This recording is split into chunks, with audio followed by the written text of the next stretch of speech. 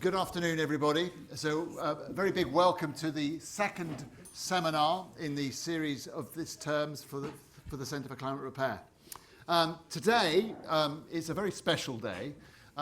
We are celebrating the International Day of Women and Girls in Science, which, strictly speaking, was yesterday. But we didn't have a seminar yesterday, so this was as close as we can get. And we are very, very pleased to be joined by Professor Sasha Turchyn from the Department of Earth Sciences. Sasha is working with topics related to the Centre for Climate Repair and beyond that, but we're going to be talking about actually some of the work that Sasha's doing. And then hopefully Shreya Patel will be joining us. Shreya's just arrived. Perfect, okay? Beads of sweat are now evaporating. And then Cerys as well. So we'll hear from Sasha first, then Cerys, and then Shreya. So thank you ever so much indeed. Over to you, Sasha. Thank you, and thank you all very much for coming. And thanks so much to the Center for Climate Repair for inviting me to come and talk for 10-15 minutes on some of our research and also on my sort of experiences as a woman in science. And thank you for the pizza, which was really, really good. It's probably the best pizza in town, so I'm really very grateful. Hoping the automatic clicker works. It's not working, whoever set it up. Okay. Okay, now it's not but maybe there. Nope. Okay, so we're just going to look at this slide. So as Sean said, it's weird. No, I couldn't do it on there either. Yeah. Oh, really? Sasha, Yeah. there's a blackboard there. Yeah, that's true. There we go. Wait, is it? That one. Okay. It'll work now. Let me try it. Sorry. Yeah, okay, let me go back. Yeah, okay, yeah, so my name is Sasha Turchyn. I'm a professor in the Department of Earth Sciences. And I thought I'd start by just telling you who I am and how I kind of got to be here today. So who am I and how did I actually get here? I'm, as you can probably hear from my accent, not British. I was born in Washington, D.C. in 1974. So I had a big birthday about a year and a half ago. Yay. I graduated from university in 1997 with a degree in geological sciences. And then the sort of dirty secret is that I then didn't know what I wanted to do with my life. And I'm going to atone for it with all the research I do for the rest of my career. But I went and actually worked in the oil industry for 3 years, right, on oil rigs in the North Sea and in California as a wireline field engineer, before deciding that actually really what I wanted to do was actually go and fix some of the problems that we were making. So in 2000, I basically moved, so that's the dots of where I was. I returned to the US, to Harvard University, and I got my PhD, which was awarded in 2006. And it was with Dan Schrag, who's the head of the Center for the Environment at Harvard. And then I did a postdoc at UC Berkeley, and I moved straight here in 2007, but really because of family things, I moved here in 2009 to start my university position. So I've been here for 17 years. But who am I actually, right? The most important thing I am is the mother of 3 wonderful daughters. They are 19, 17, and 13. I can always remember how long I've been here because, I don't know if this is a pointer, but that daughter on the right was 8 weeks old when we moved over here. Yeah, so she's now 17, so that's how I know I've been here for 17 years. I'm also a runner. I run pretty much every day, sometimes only a kilometer or 2, sometimes more. I'm a dog owner. There's my dog. I love to bake, right? If you're ever coming to sort of meet me for a meeting, I'll probably have cookies in my office, mostly because my family's like, get them out of the house. I love to read, and I'm fluent in Russian, and that's because I've been married to a man from Belarus for the last 24 years. And he always likes the fact that he comes up after the dog on this slide. Okay, so that's a little bit about me as a person. And now I want to tell you a little bit about the sort of scientific themes in my research group and the types of questions that we're asking. So I started off as a paleoceanographer. I was really interested in how the chemistry of the oceans had evolved over the course of Earth history and what role that played in understanding how climate on Earth had evolved over Earth history. the basic premise of this is that you find rocks that formed in past oceans, and you measure, say, some physical parameter on those rocks, or some chemical parameter on those rocks, or some mineralogical parameter on those rocks, and you use that to infer like what the conditions were when the rock was first deposited. I got very sidetracked within my PhD and then moving on into my postdoc about the fact that there's so many processes in the modern environment that we really don't fully understand. And this led to the second sort of scientific hat that I wear, which is that of a biogeochemist. That is, I'm really interested in understanding how biology, and specifically microbiology, really shape the chemical environment, and the role that those play in the carbon cycle, and the roles that those play in, like, say, the production of methane gas, or the consumption of CO2, or the production of CO2, how it basically shapes the subsurface carbon, right, within Earth's surface environment. On a day-to-day basis, I am a light stable isotope geochemist. That is the hat that I wear in my lab, right? I have a chemistry lab in Earth Sciences where we do a lot of measurements of light stable isotope ratios. Not for this talk, but I can talk ad nauseum about light stable isotope ratios and how they are very easily partitioned by biological processes and super powerful for tracing processes within our climate system. And then the big question, the one that I really hope is going to be like on my gravestone, is I figured out what regulates and drives all the key processes within the modern and geological carbon cycle. So maybe slightly ambitious, but I'm very passionately interested in basically understanding all the things that move carbon around our planet. So carbon cycle, right? You've probably seen this IPCC depiction of the carbon cycle. Right now, I have students or grant applications or postdocs or collaborators or myself who are looking at almost all of the arrows on here, both in terms of how carbon moves from, subsurface environments to the surface, back down again, and all the processes which move it from the surface ocean to the deep ocean or back into sediments, why when we put it in sediments it doesn't always stay there, and how it might return back to the ocean. So that whole balance of the carbon cycle is kind of the aim of my research group. So what I thought I would do today is tell you two short stories. Yeah? One is a story from a current PhD student, Tom Markand, who's working with the Center for Landscape Regeneration. And the second is a story from a former PhD student who finished in 2023, Gabby Kleber. Okay, so Tom Markand, who's been in my group now for a couple years, the overall thing that I'm going to tell you about today, the bit of my research I want to tell you about, is basically the production and release of greenhouse gases from subsurface environments. Okay, so Tom's been in my group now for a couple years. He's in his final year of his PhD, and he's been working with the Center for Landscape Regeneration on understanding measurements that we do in the field, as well as mesocosms that we do in the lab, to try and understand what controls the exchange of methane between soils and the atmosphere, or back again. And so you can see mesocosms sort of set up here, as well as in situ cores that he's taken, and these are pictures of Tom. So the goal is to understand a little bit more about the soil carbon cycle, right? So as we know, right, soil has a lot of organic carbon that can be oxidized, usually by microbes, to CO2. And actually soil represents a significant, like 10% of global emissions, right, from soils, of the CO2 that's basically being metabolized by things that are eating the carbon in the subsurface. What we have is a situation, so you've got I don't seem to have a clicker, so we'll just, I'm not going to do that again. Organic matter goes to CO2 there. But if organic matter gets buried beneath the water table, so oxygen, which is used to oxidize organic matter to CO2, is 5 orders of magnitude less diffusive when you have water. So once you get below the water table in soils, the organic matter that's there no longer gets really oxidized to CO2, or it does on much, much lower time scales. Instead, what can happen is it can be actually made into methane.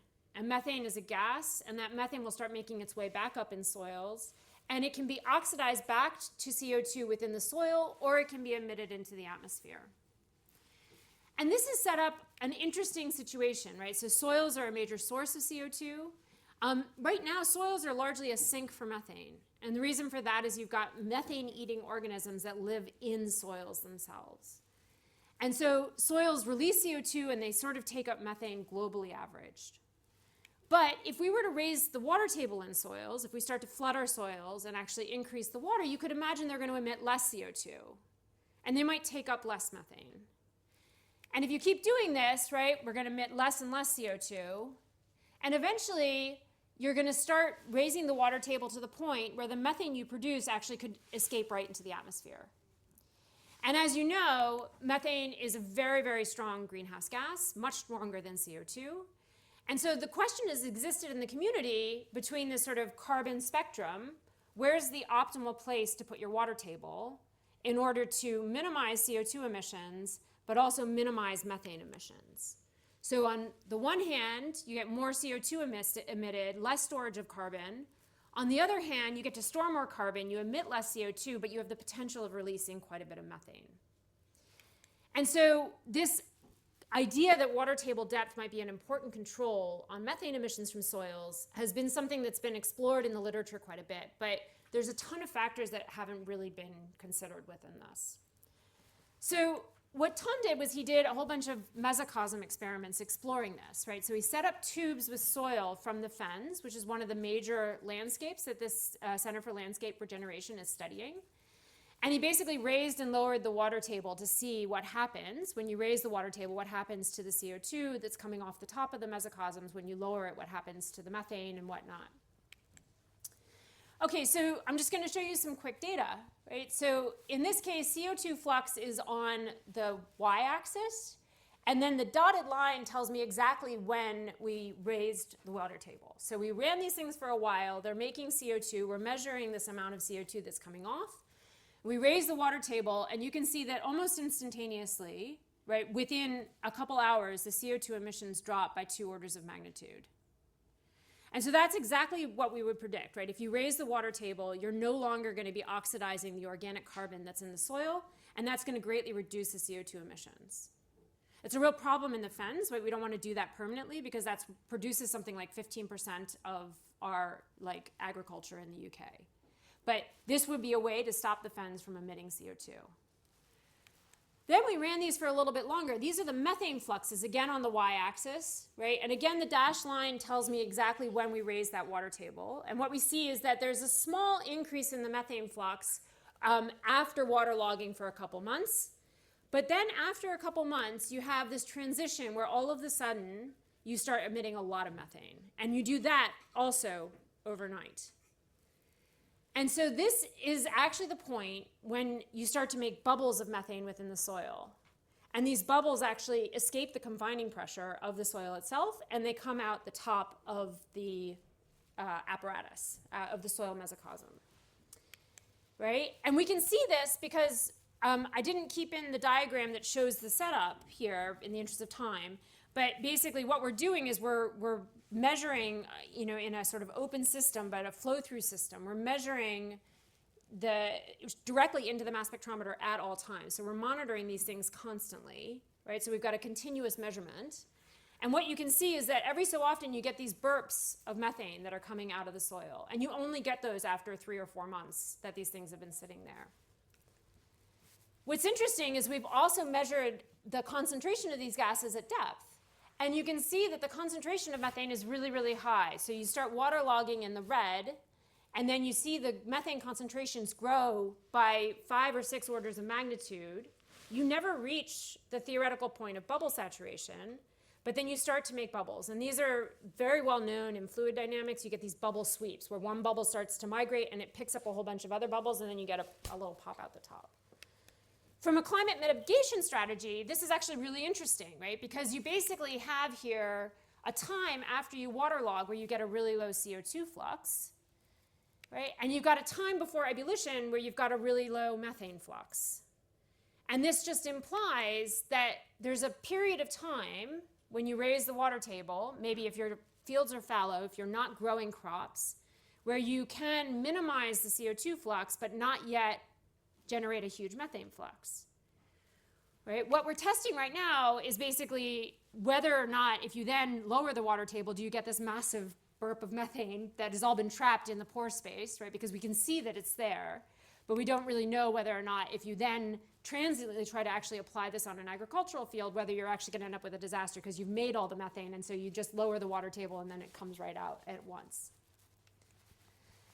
Okay, so then the other short project I want to say is before Tom started working on this, I got really interested in this concept of greenhouse gas emissions from subsurface environments from a PhD student of mine, Gabby Kleber, who had like the coolest PhD. For anyone who started their PhD in the fall of 2019, she had like the best one because she went to Svalbard in February of 2020 to take a 1-month glaciology course and then got stuck there for 2 years because Svalbard never got COVID, because they cut off the island and they would push ships to the island with food and people were just there with no restrictions at all. So she just went out and did 2 straight years of field work, right, and got just tons and tons of data when everybody here was just stuck in their houses and not able to get into the labs or do anything. She's also really hardcore. Anyone who does 9 months a year of field work and outdoors in Svalbard is pretty hardcore. So Gabby was interested in methane release in the high Arctic and from Svalbard. And most of us have heard of this from permafrost melting. So this idea that we know that the Arctic is warming 10 times the sort of average of everything else. And we basically know that we're thawing soils that contain greenhouse gases that would then emit to the atmosphere. What Gabby found was there's actually a much, much bigger source of methane in the Arctic, particularly in Svalbard, where you're melting glaciers. And so these are pictures from Svalbard, and I can't quite point to it, but I'll say that one on the right, underneath her name, where you see the people standing on the mound, that mound is known as a pingo. And the pressure of methane is so high that it actually bows the ice in the wintertime. And I've been there, I've got a video of it somewhere, where we drilled into the ice, and you just get this like fountain that spurts up, 15, 20 meters of methane-charged water. And then so the question is, what's going to happen to all this methane that is kind of beneath the ice as the ice melts? And what she was able to show by being able to be trapped on Svalbard for 2 years in COVID, while I was homeschooling, was basically that as these things melt, it's not just the permafrost, which is actually a very slow source of methane, but you end up with these springs right at the nose of the glaciers where you can actually light them on fire. They're so charged with methane. So as you're removing the load of ice, you're actually mobilizing methane that comes out right at the nose of the glacier at really, really super high concentrations. And I don't know if you can see this. I just wanted to throw in a second project just to show you kind of the range of things that we're thinking about. But effectively to say that everywhere you have a green dot there, those are land terminating glaciers where she's measured methane concentrations. And the size of the methane flux is basically given in the size of the bubble. And what you can see is a lot of these things are not in the pervasive soils, right? They're having to do with the physics of the movement of the load at the surface. Okay, so I wanted to finish with a few minutes just as this is International Girls and Women in Science Day. First of all, to have a huge thanks for the amazing people. When you're running a lab that involves field work, numerical modeling, measurements, lab analyses, I've had a really great opportunity, worked with fantastic students over the years. And I've really enjoyed all of this, and I found this collection. Oh, that I didn't mean to click, but I don't know how to go back, so we'll just go there. Amazing collection of students over the years, and I continue to be amazed by them and learn from them every day. I thought I'd just talk a little bit about some of the challenges of being women in earth science. I realize I've gone way over my time, Sean, I know, sorry. I'll just make this really fast. We have a really abysmal gender breakdown in earth sciences, right? It's really, there are not many women around. We have 38 faculty, and I think there's 6 or 7 of us who are women. This is true across the board. I always thought that this plot looks better than it is because you don't realize until you look closely that this is not 0 to 100%, it's 0 to 50%. Right? So the average within the earth science fields, for many, many reasons, right, is on the order of 25%. We're not quite there in my department, but one can aspirationally hope. There's millions of reasons for this sort of systemic problem. But I thought I would tell you a few comments that I have, having been in this field for a while. Reflections, I guess, and I'll just leave these up that you can take forward, right? And I'm always happy to have these conversations for any junior scientists here who want to hear a little bit more about what it's like to balance sort of marriage and family and this sort of a field where you're outdoors and you're doing these things. I just love my job. I'm so lucky. Just every day, I can't believe how lucky I am. The people I get to work with are just amazing. I'm just most days so happy, if busy. A lot of people say, can you do this? Can you actually have kids and be a scientist, full-time professor? I didn't take more than 3 months of a career break for any one of my kids. It's made me so much of a better scientist. It's put everything in perspective, right? You have to deal with different things, and you can be someone totally different to your children than you are to your students or to your colleagues on a day-to-day basis. And I really firmly feel that, you know, we should embrace this as actually a superpower that women have. It was much harder. It's not been without its challenges, right? It's much harder, I think, as a woman to navigate 2 careers than I think for many of my male colleagues. That's maybe a broad generalization, but in general, it's been a real challenge to actually try to find a way that both my husband and I can be satisfied. And I would just say, this is the other thing, most people mean well. I think working in an oil industry for 3 years before I came back to academia has given me a very thick skin, and that's really helped. But you know, I go into every conversation knowing that I can't get offended easily because people often don't understand exactly what they're saying or what they're asking of you. And I'm sorry, this is a little rushed because I've just gone about double the time I was given. But I just wanted to put up a few reflections on sort of women in science. Like I think this is a great place to be a woman in science and to balance like family and whatnot. And I'm really, really happy with where I am. But I'm also very happy to discuss some of the challenges that I've met along the way. And I'll leave that there. So thank you.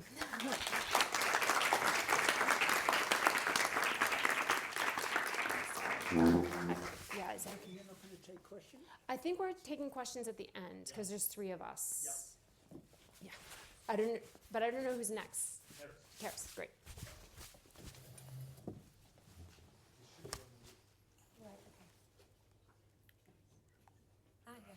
I think I need a microphone. Oh, sorry, I took it. I think there's another one. No, here it is. Just put it on your neck. Thank you. All right. Hopefully that's working, yeah? Okay, that's great. Thank you. All right. So thanks again to CCR for organizing this and for giving me the opportunity to speak. I'm a second-year PhD student in the Force Group in the chemistry department. My name is Cerys, and I'm going to be talking a bit about my work, which is on CO2 capture using some devices called supercapacitors. So just to give a bit of background on this topic, why would we actually want to capture CO2?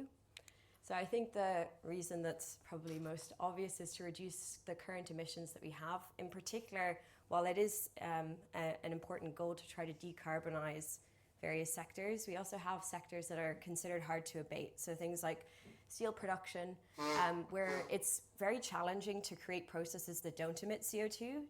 So to a certain extent, it's maybe a bit easier in the medium term to come up with strategies to capture CO2 when it is produced so that we don't have to emit it directly into the atmosphere.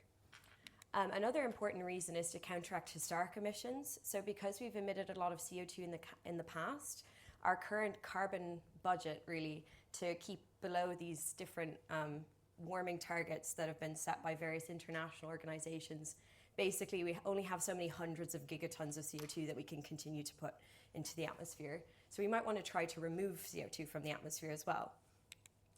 So what does this actually look like in practice?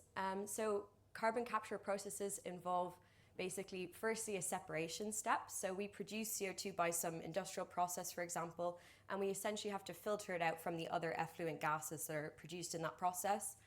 Then we also have to sequester the carbon, so we transport it and then we want to store it somewhere. So for example, mineralization, we might be storing it under the ocean, things like that. But the step of this process that I am currently researching is the separation step. So basically, how do we take CO2 out of a mixture of gases? So the current kind of state of the art in this area is amine scrubbing, which is a process that's been, it's quite a mature technology. So it's been around for decades and it's been quite heavily optimized. So in this kind of a process, we'll have some kind of amine.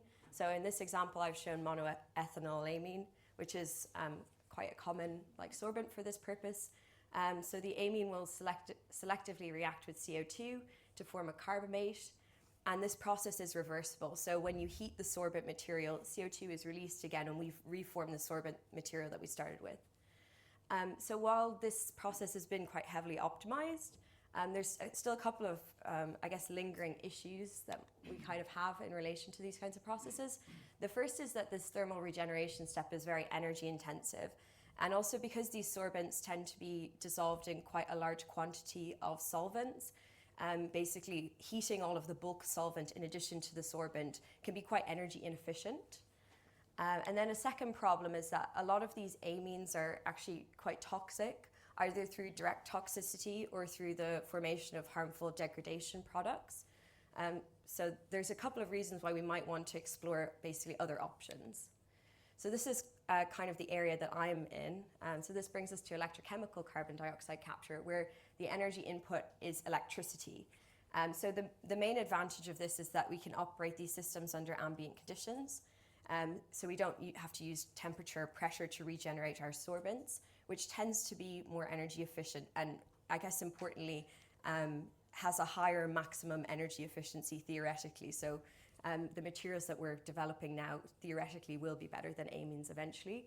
And then the second is that we can also integrate these directly with renewable energy sources. So if we all know that renewable energy year on year kind of is getting cheaper. So I think as time goes on, the benefits of this type of technology becomes a bit more economically salient too. So I've given some examples of different types of electrochemical CO2 capture methods, but I'm just going to be talking to you about the one that I'm currently working on, which is called supercapacitive swing adsorption. So I think just to explain what the supercapacitive part of this is, we'll talk first about what actually a supercapacitor is. So a supercapacitor is a type of energy storage device. You might be already quite familiar with just a regular dielectric capacitor that's composed of two kind of conductive plates or electrodes in parallel, and you apply a potential across the plates, and then you have energy that's stored in the dielectric, which is an insulating material between the plates. So a supercapacitor is quite similar to a regular capacitor, so we still have a positive and a negative electrode, so we've applied a potential between two electrodes, but the material in between the electrodes is often a liquid electrolyte. So we have ions that are dissolved in some kind of solvent, and when we charge the capacitor, we get positive ions accumulating at the negative electrode and negative ions accumulating at the positive electrode. And you can kind of think of each of these ion electrode contacts as being sort of like a small little dielectric capacitor that has a little electric field between the charges. So what really makes the supercapacitor sort of super is the electrodes that we use. So we use highly porous materials that have a very high surface area. So the example I've given here is a porous carbon electrode that's composed of these like graphenic like fragments. So they are very topologically disordered. They have a really big electrochemical interface. So you basically end up with millions of these different charge separated regions, and you can store quite a lot of charge. So how do we capture CO2 with these capacitors? So generally how this process actually works is we have our mixed gas stream. When we charge our capacitor, we selectively uptake CO2. And then when this is also a reversible process, so when we discharge the capacitor, CO2 can be released.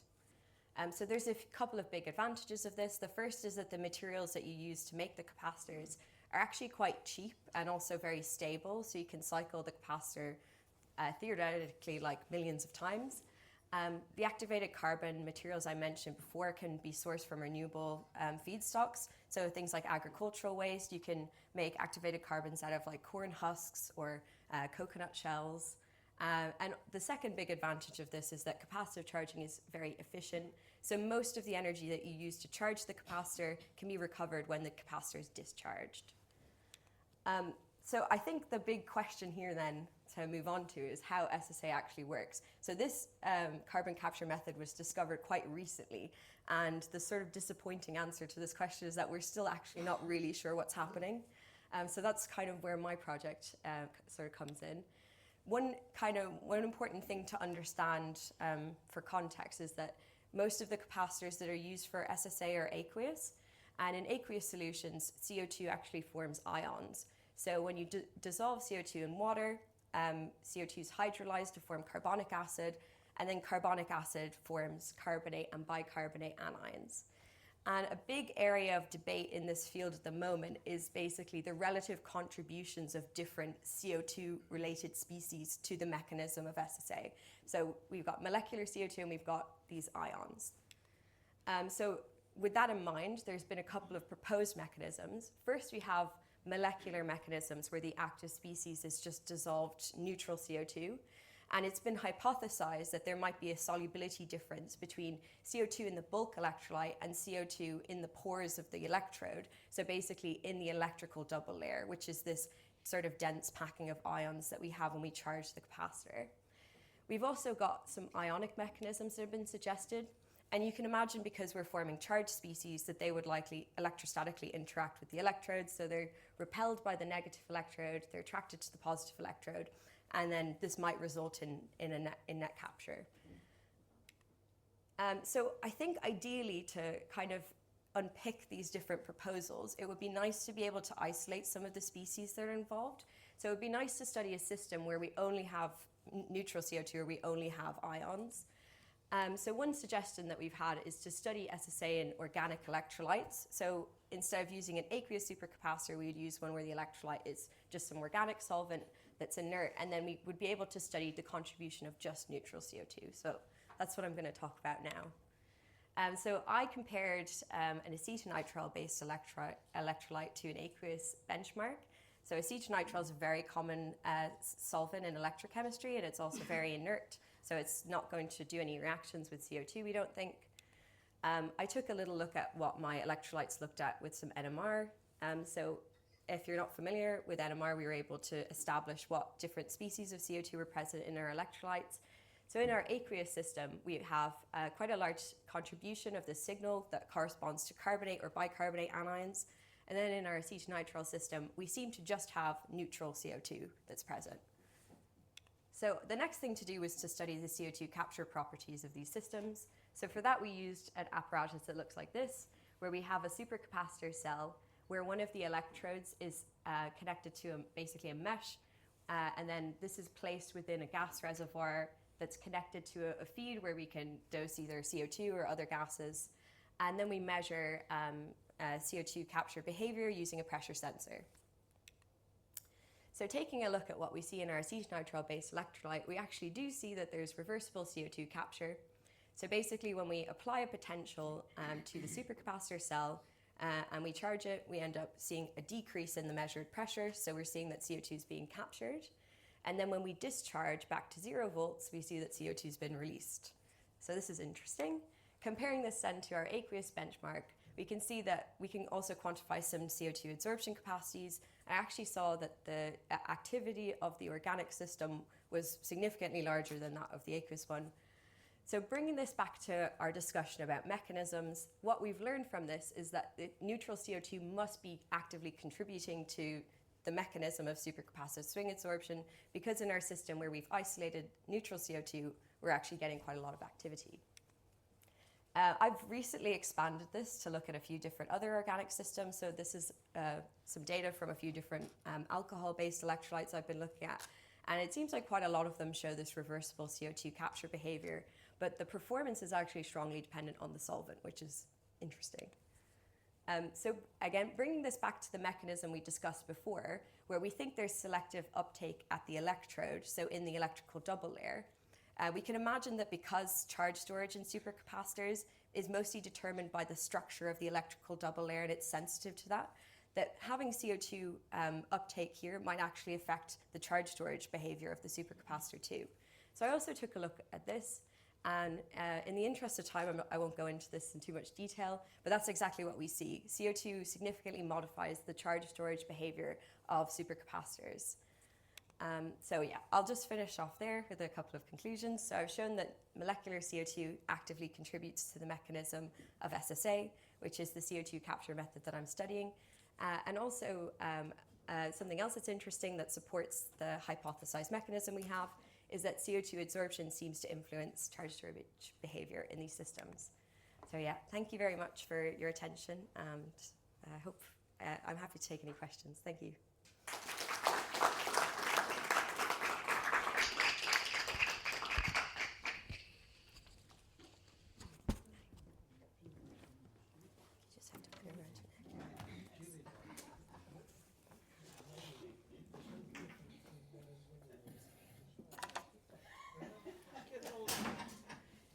Thank you to Sasha and Cerys. Your research is absolutely fascinating, and it's a world away from what my everyday looks like.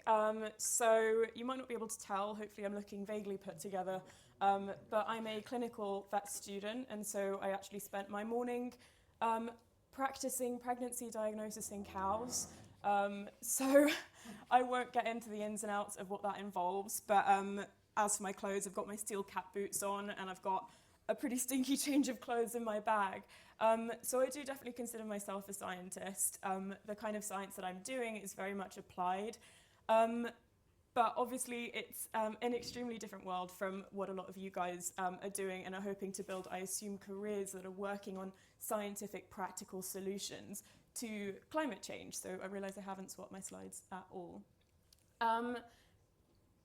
So many see the work I do in climate as being unrelated to my real career. And in a way, I did kind of start from nothing. I have no scientific background in climate. I had no experience in climate. I wasn't a campaigner from a young age or anything like that.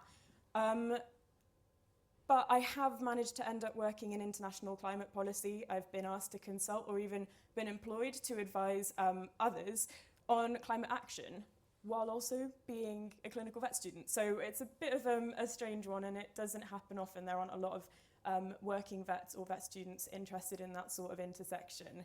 But what I've tried to do is, from either the local perspective or the international perspective, try and work on areas where others aren't working on, or where I can use my personal skill set and knowledge to have the highest impact with the least, I guess, amount of effort. And by least effort, I don't mean that I don't put effort in. The opposite, actually. Almost everything that I do on climate happens on my evenings, my weekends, occasionally early morning meetings, if working with people abroad. So what's the point of my speaking to you today, being a very different background from what you're usually presented with at these lunchtime talks? Many of you are, as I've said, actively contributing to research or implementation of real-world technological solutions to climate change, and that is super exciting. Sorry, got my stuff on my laptop as well.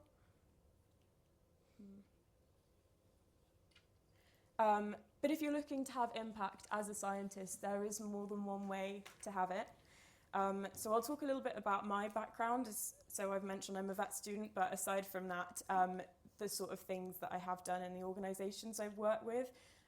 So going back to the slide here, I've worked with a range of different organisations. So the ones that are Cambridge-based, I've worked in my own college, I'm at Clare, to try and look at different policies, whether that's to do with banking or to do with catering or to do with our net zero policies or otherwise. I realised I'm a part of a much bigger community, and the impact that I could possibly have without, again, putting in loads of effort could actually multiply if I were to work with the right people or be in the right rooms.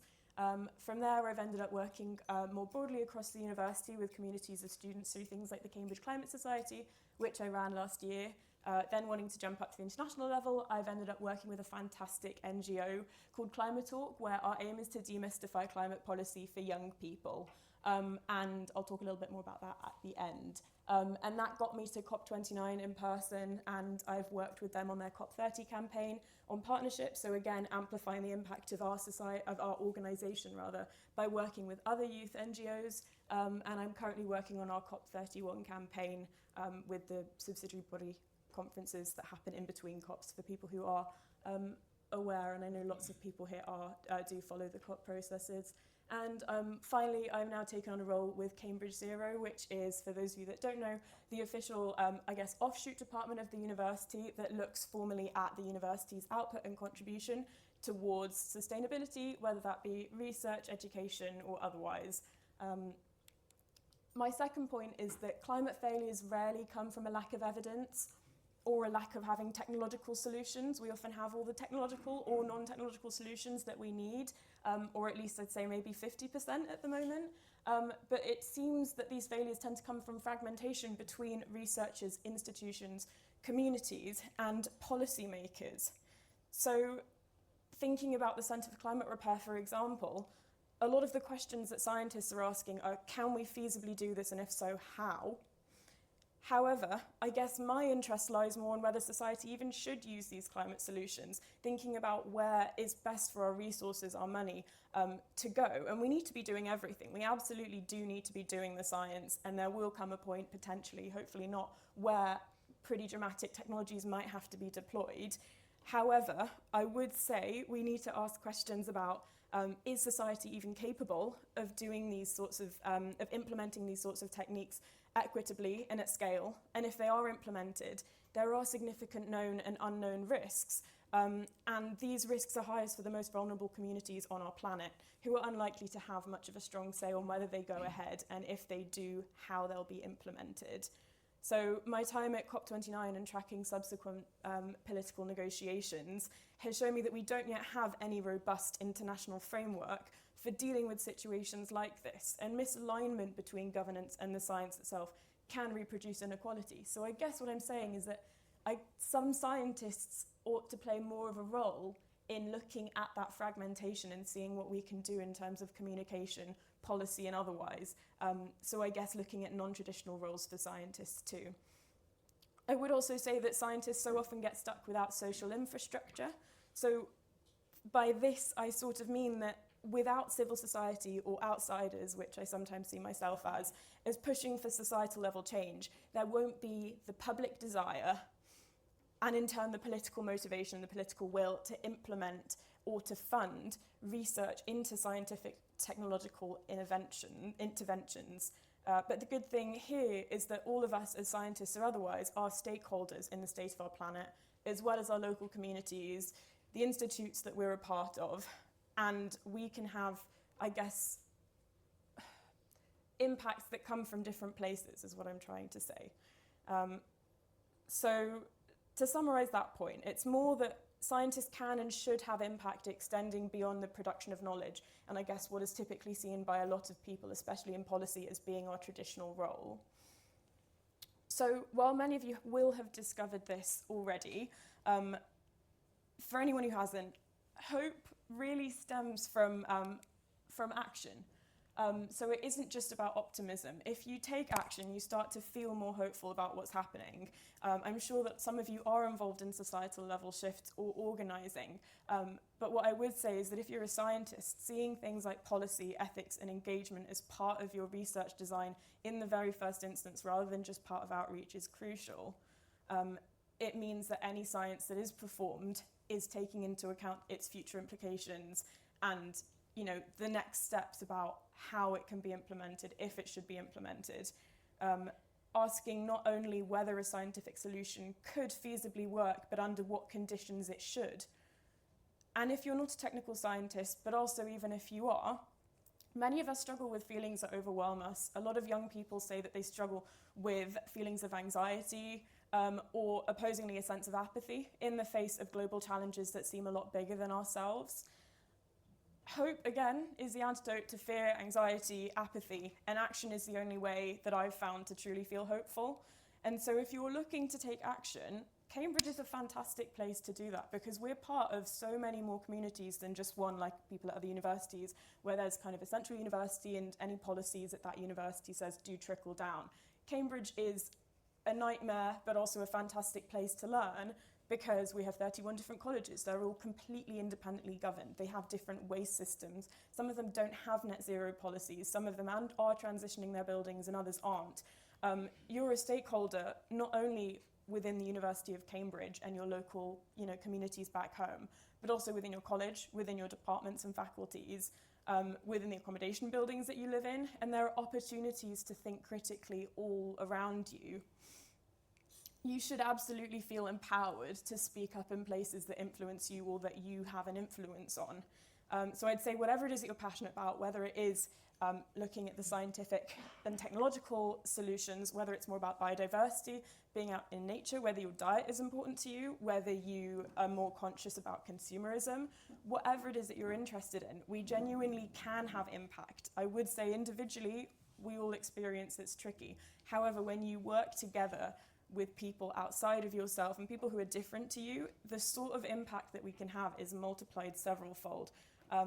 And so to finish off, I thought I would just, I've gone backwards, haven't I? I would go into a bit more detail about the things that I've done here, because what I've tried to do is to be discriminating with where I put my time and effort. I've mostly just said yes to any opportunities that have presented themselves to me, but I'm just trying to give ideas of how I've ended up feeling more hopeful, areas that I've spotted that have been really easy to work on because no one else is.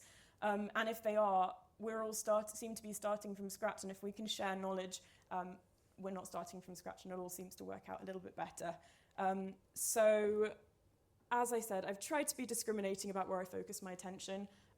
I had no background in climate campaigning or anything until the end of my first year studying here, so I'm currently at 5th year. And at the end of my first year, I decided I would restart an environmental group at my college.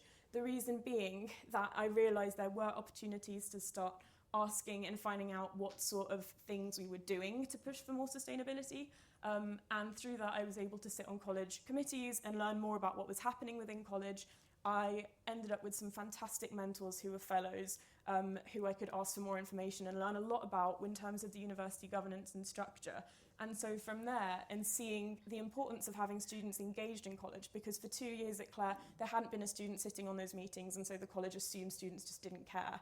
And they hadn't been making any progress. But once they were pushed by a group of students, not just me, but others, things did start to shift, and at the very least, there was a bit more transparency. From there, I decided it would be a great idea for other colleges to have similar groups, because I had unfortunately noticed that while every college seems to have 2+ drinking societies, only 3 colleges had an environmental group at all back in 2021 when I'd started mine. So I held workshops. I met with over 60 students across the year. I did that through joining the Cambridge Climate Society as a committee member. And from that, we've now got around 17 colleges that do have active environmental groups. And from those workshops, that's how I've personally and a lot of other students have managed to build up more of a knowledge base. And it's all tacit information. None of this is available online about what's happening within the colleges, how they differ from the central university. From there, I ended up being running the Cambridge Climate Society. So I was then in a position to lead a team of 40 students from PhDs, so some were much, much older and wiser than me. Some of them were even climate negotiators for entire nations. Some of these people were absolutely amazing, and it was a privilege to work with them. But I wanted to look more at the bigger picture across the university, so that's why I ended up taking on the role. And I was able to dabble, I guess, in a bunch of different projects, because we had teams covering policy, education at various faculties, research, so we have a peer-reviewed journal, and I was able to help facilitate these projects. So I'm not an expert in any one of these things, but we did need a hand to guide and facilitate these projects, and that's what I ended up doing. And so I gained a lot of experience in a lot of different ways, again, learning more about the big picture. I wanted to match this up with the international picture, which is why I applied to ClimaTalk. So as I said, we develop resources that remove the jargon from climate policy. So from there, I've started to learn a lot about climate policy and the language used. And a lot of it's completely inaccessible to young people. So that's what we do. We produce resources and platform youth voices in the climate policy space. I went to COP29 with that. Again, it allowed me to learn a lot, and particularly as a vet student, about food systems transformation, agriculture, and the kind of change needed for a just transition within those fields. I didn't manage to attend COP30, don't ask me why, it's all very dramatic, but I did work on our partnerships for that. And so again, working with so many other youth organisations has allowed me to again work out where I might fit best. And we're producing resources at ClimaTalk that the other groups just don't have the manpower to do. And so they all find this really useful for students attending conferences as well. I've also managed to expand to different veterinary groups. And as I said, I work in Cambridge Zero as well. So I am trying to build a career as a vet, mixing that with climate, which hasn't really been done before, so we'll see how it goes. But I just wanted to finish by saying, if anyone does feel inspired to learn more about their own college, I run workshops for this frequently, so please just shoot me an email.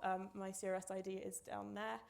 And in terms of Women and Girls Day, very proud to be part of one of the professions in STEM that has a very, very high proportion of women, and we are the department at the university with the highest proportion of women, STEM and humanities included. So that's exciting. And thanks for listening.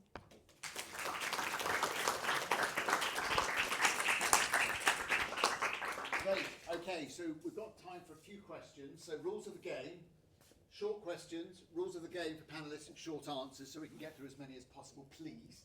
I would like to start with a question from a woman, if possible, please. It is clearly, given what we're celebrating. Is there any questions? Yes. For this first, sorry, I can't remember your name. You mentioned flooding the lanes, like the agriculture lanes. How would you go about doing that? So the fens themselves are actually drained land. So they were recovered for agriculture about 300 years ago using technology from the Dutch to basically pump the water out in order to use the land for agriculture. So the thought was suggested to meet Paris climate targets is actually just to break the levees and reintroduce the water to the fens. It would be basically like lagoonal water all the way up to the wash. Cool. Next, please. Now it's fair game for anybody. Dave. Wonderful set of talks. Thank you so much for that. I just want to ask Sasha a question about methane, or make a statement first of all. Methane emissions are the most important to control going forward in time, and the reason I say that is we're already at 1.5 degrees. If we're going to aim to stay below, removing methane emissions is a major step forward. So, for example, we're estimating that if we can reduce methane emissions by 30% in 10 years, we will bring the temperature down in 15 years' time by something like 0.3 of a degree centigrade. So what you're working on, to me, is critically important. And then I have my question, which is pingos. Oh. What on earth are you guys doing standing on a pingo? Isn't it going to explode? I've never seen one actually spontaneously explode, and I wasn't in that picture, but we went to go explore basically whether or not when pingos do come up through cracks, like when the gas and the water does come up through cracks, whether or not that's not a methane source that that people have been, there have been explosions. That I've not been there when there have been explosions. It doesn't surprise me. But I couldn't agree more, right? Methane is an easy win if we can reduce it because the temperatures, because it's got such a short lifetime in the atmosphere, we'll feel that within a time frame that people actually can remember, whereas CO2 is going to be a much harder challenge. So I completely agree with you. The methane cycle is also, it's much, much harder than the CO2 cycle in terms of like understanding sources and sinks. It's much more poorly constrained. So it's one of the reasons we're sort of working in this field. Great. Other questions? Yashas at the back. Loud voice, Yashas. Yeah, I had a question for Shreya about how, in your opinion, in all these kind of ClimaTalk areas, what is the best way to humanize more controversial topics like geoengineering and having discussions in a transparent way? You need to talk to the people who are most likely to be affected, and it's quite easy to work out who those people are going to be when it comes to things like geoengineering, at least with the more, severe interventions. And as long as you're consulting the people who this is going to affect the most, or who at least we can theoretically predict, obviously it's very hard to predict, then you're in the right direction. But it's about, I think, genuinely consulting those people and those communities and having a genuine stakeholder engagement when approaching those conversations. Great. Any other questions? Jenna, I'm going with the women first, if that's all right, Jan. Super cool talk, thank you so much. Nice and loud. Amazing talk, thank you so much. My question for Shreya, and I've similarly been privileged to be in agreements where not climate but pollution negotiations have taken place, and it's so common to see certain country representatives time wasting. Yeah. It's very common and very frustrating. My question to you is, have you seen that, and also at what point are you allowed to be stern with someone who's either a senior or a professional, or representing an organisation or a country? At what point can you just say, stop making this about It's difficult, and I've seen that a lot, and especially towards the end of negotiating on any one topic. You can see really weird things happening where they're delaying one negotiation in order to allow another one more time. You see really interesting and weird dynamics because every country has their own agenda. And all I can say to that, I'm not a negotiator or someone who's speaking on behalf of a country or a constituency at these spaces. But I guess from personal experience on sitting on committees, you've got to try really hard. And again, as a young woman, it's really hard. Even in a unilateral dimension, such as in my college or my department, I'm constantly coming against people who say ridiculous things that shouldn't have any airtime at all. Things like, I was told the other day in a departmental meeting that you couldn't recycle paper unless it was an entire sheet. I was told that by a man, and I tried to explain to him that's not the case. I asked why he thought that, and it's because on bins, the picture of paper is always an entire sheet. And it got to the point where he was telling me that this is how it is. No one in the room was standing up for me. I was the only young person. I was the only person of colour in the room. And I just couldn't believe I was being told this again and again. It got to the point where I thought, maybe this is true. Maybe we can't recycle the little backs of plastic on syringes. And yeah, things like that happen all the time. You've got to do your best. And I tried really hard to be firm. And I think practice. So I'm going to take the chair's prerogative and make sure we ask Cerys a question, please. And Cerys, the question is this. You have described a process for carbon removal, I'm going to say direct air capture, that involves a material that is so much, or a process that's so much cheaper than anything else, but also a process which provides another function, such as energy storage. So how excited are you about your work and actually that whole field of direct air capture? Yeah, so I mean that's a good question. I guess the answer is I'm really, really excited about it. So it's a relatively new technology, Yeah. but which means that I think we're probably still optimistically like 5 to 10 years away from actual implementation of it. But I do think so. There is already like one startup called Norma that are doing direct air capture using supercapacitors. And they're based in France. So I think you're going to be hearing more about it soon, hopefully. How fantastic! Right, I'm just mindful of we've run past 2 o'clock. So I would like to take the opportunity to first of all, actually, Shreya's last words. Hope is the result of action. So actually, that was a stimulus to say, actually, we can't just be optimistic. In order to get hopeful, we need to be undertaking action. So it's quite a good provocation for us all. But I would like to thank our 3 women speakers today celebrating International Day of Women and Girls in Science. Thank you so much indeed for your contribution today.